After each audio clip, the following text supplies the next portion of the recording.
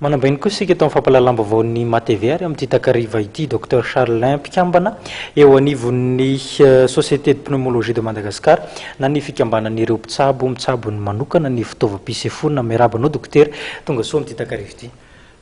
Faly miarabanao ny tena koa dia miaraba ny technician dia miaraba koa ireo mpanaraka ny vaovao matv amin'izao fotoana izao. Ikarakara hetsika goavana zay nareo dokotera avy eo anivon'ity mpitsabo manokana ny fitaovam-pisefoana ity. Tena marina tokoa izany satria ny andro rapitso talata 4 Mai dia antsoina hoe andro raisam-pirenena momba ny siokana asma ozy izy mifitenitsika tompoko. Ka izahay ao amin'ny Société de Pneumologie de Madagascar zany dia nanomana fihetsiketsehana kely ao amin'ny akademia Tsimbazazara manomboka rapitso tompoko. Manahoana ny fizotra ny fandaharam-potoana zany amin'ny andro rapitso?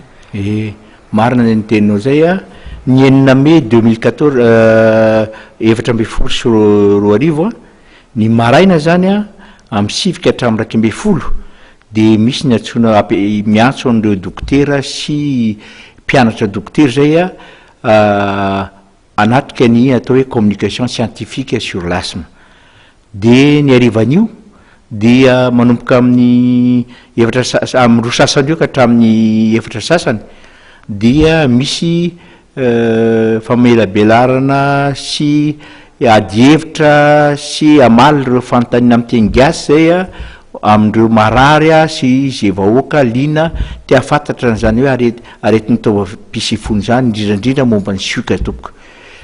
Ny 7 Mai indray 7 sy 20 maraina amin'ny 7 hatramin'ny 20 dia voninahitra ho anay ao amin'ny Société de Pneumologie de Madagascar no handray n'ireo marary maimaimpona hitsabo an'izy ireo maimaimpona ny tena marina dia hanomboka izay tokony hanamafy ny fitsabondrareo na anankiray koa hanomboka vaovao mihitsy ny atao hoe fitsaboana momba ny sioka mahazo an'ilay olona ohatra.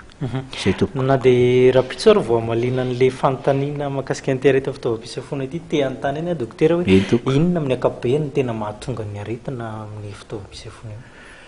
Ny aretin'ilay fitaovam-pisefoana antsoina le sioka zany izy io tsy aretina fa toe-batana izy io.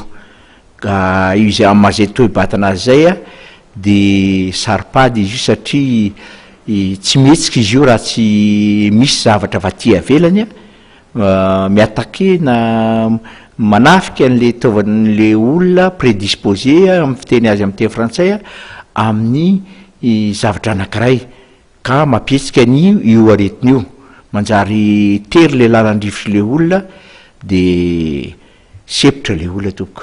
Zay le mahazo azy. Amin'ny ankapobeny zay zany no fisehoany fa ety ampamarana andresadresaka dokotera inona fa misy ny fanentanana matoina tonga amin'ity takariva ity.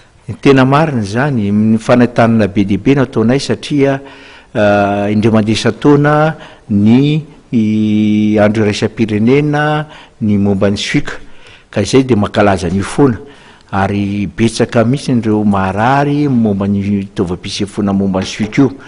Indrindrandrindra koa manasa zay zany an'ireo dokotera zay liana amin'io fitsaboana momba ny taovam-pisefoana io fa izy communication scientifique ho anareo dia magnataka an'ireo chef de service ny dokotera rehetra lehibe any mba handefa ny dokotera sy ny mpianatra dokotera anatrika an'io manifestation izy na fihetsiketsehana ataon'ny spmadio amin'ny akademia Tsimbazaza tompoko manomboka rapitso. Dia ano zany ny fotoana ho an'izay nentefan'ny antso araka ny antson'ny dokotera teo isorana fiainany keo anao dokotera nanaiky nasain'ny fampalalama voto amin'izay takariva latsinainy ity.